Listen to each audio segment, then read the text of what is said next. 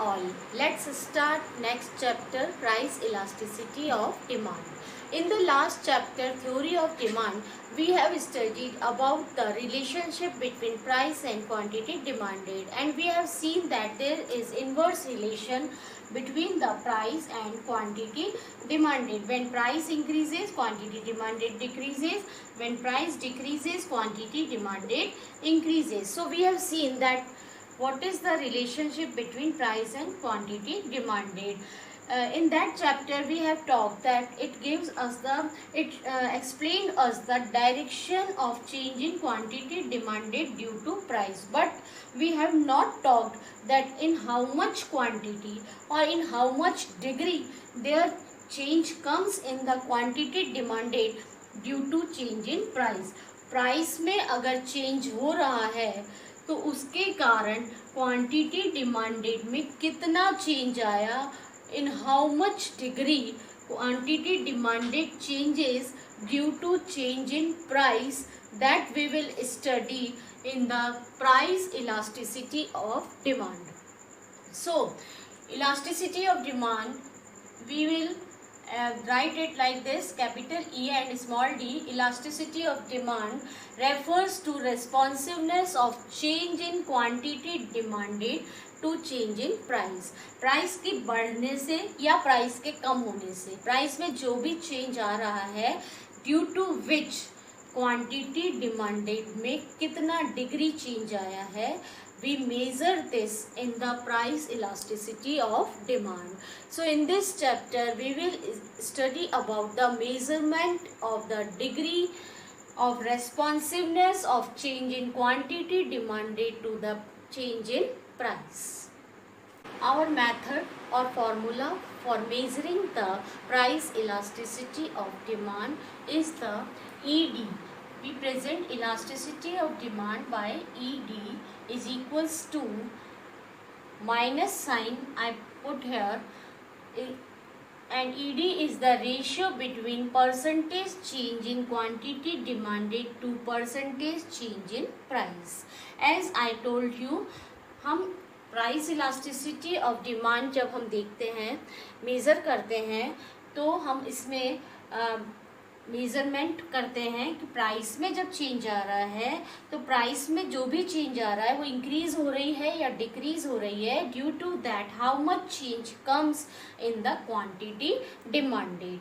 तो यहाँ पर percentage change method we are using for measuring the price elasticity of demand. This is the formula. Now how this formula has come? So we will study here.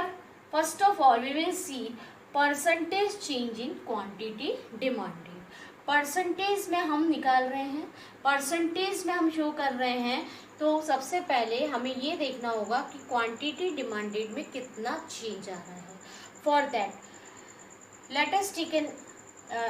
let us assume that when price is P, then at that time when initial price is P, initial quantity demanded is Q.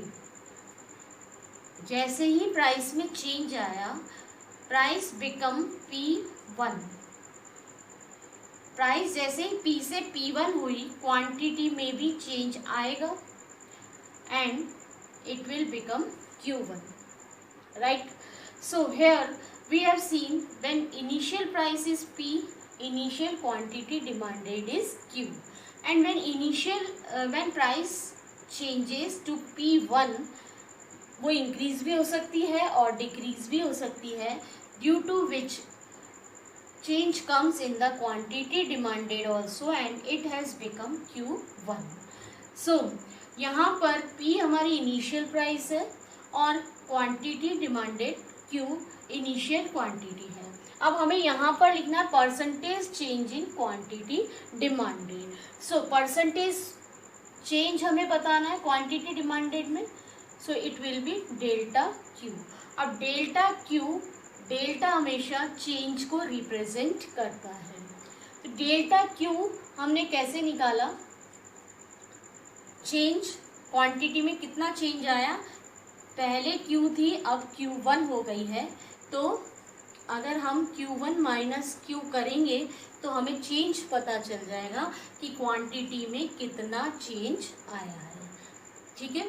Similarly when हमें यहाँ पर चाहिए percentage change in price, इसको भी हम delta P से represent कर सकते हैं। चेंज इन प्राइस को, change in price, delta represent change, तो change in price is equals to initial price was P, new price is P1, तो when we P1 minus P when we do, we will get the change in price, right?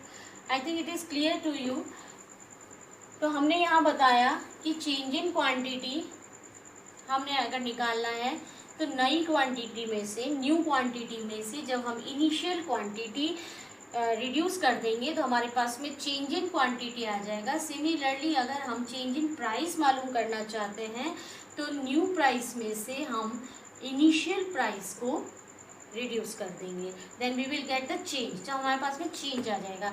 अब यहाँ हमारे फॉर्मूले में है percentage change in quantity demanded, तो percentage change in quantity demanded हम कैसे निकालते हैं?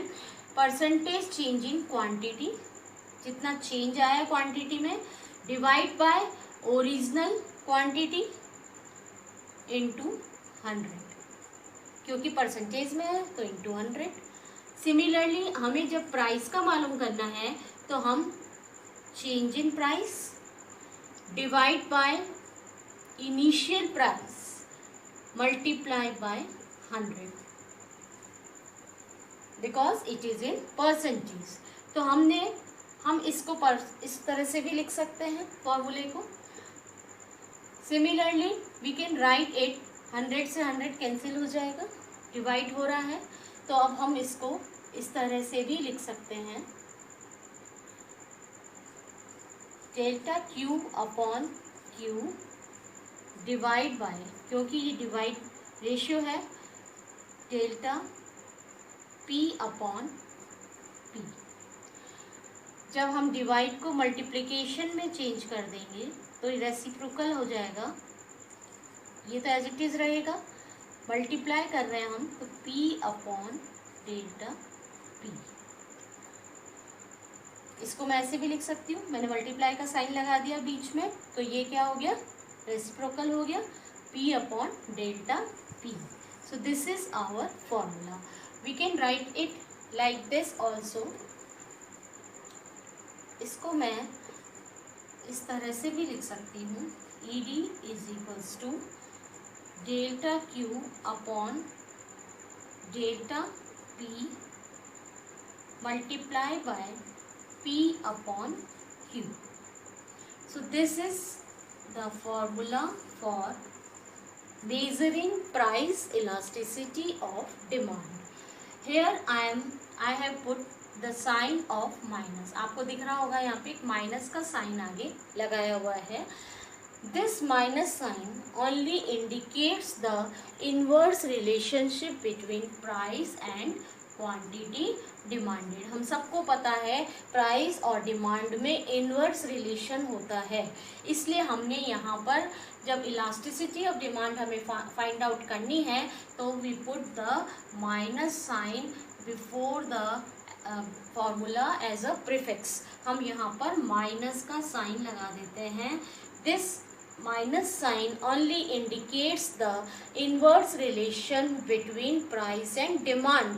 यहाँ पे इसकी कोई मैथमेटिकल वैल्यू नहीं है माइनस के साइन की। हमने यहाँ पर माइनस का साइन एक इकोनॉमिक वैल्यू के लिए हमने यहाँ पुट किया है, because we want to show here that there is inverse relation between price and quantity demanded. अभी हम जब आगे न्यूमेरिकल क्वेश्चंस करेंगे तब आपको ये एकदम क्लियर हो जाएगा कि हम इस माइनस के साइन को किस तरह से यूज में लेंगे। So this is the basic formula.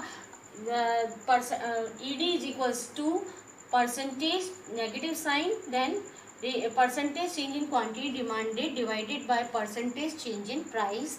ये एक फॉर्मूला है। इस फॉर्मूला से हमने इसको डिराइव कर दिया एक दूसरा formula, and that is this ED is equals to minus का sign that we also put here delta Q upon delta P into P upon Q. So this is the process by which we have derived this formula. तो यहाँ हमारे पास में two formulas we have got for finding the same है, बस हमने उसको change, थोड़ा सा उसमें चेंज कर दिया है, माइनस का sign, then delta Q upon delta P multiply by P upon Q. This is the formula. These two formulas we can say are here for finding the elasticity of demand. So now we will do the numerical questions by which it will be more clear to you. Let us take an example. Here it is given price when initial price is 5 and price changes to 4, means 5 क्या है, ये हमारा formula है. As we have seen this is the formula.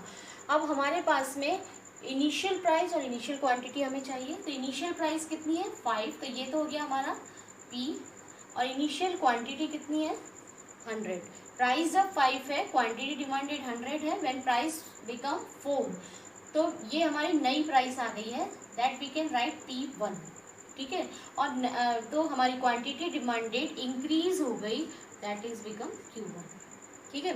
Now ED ये हमारा formula है, हमें इसमें चाहिए चेंज इन क्वांटिटी. तो change in quantity you all know, अभी मैंने आपको निकाल के बताई थी. Change in quantity we will find like Q1 minus Q, and change in price जब हमें फाइंड आउट करना है, we will find out like this P1 minus P.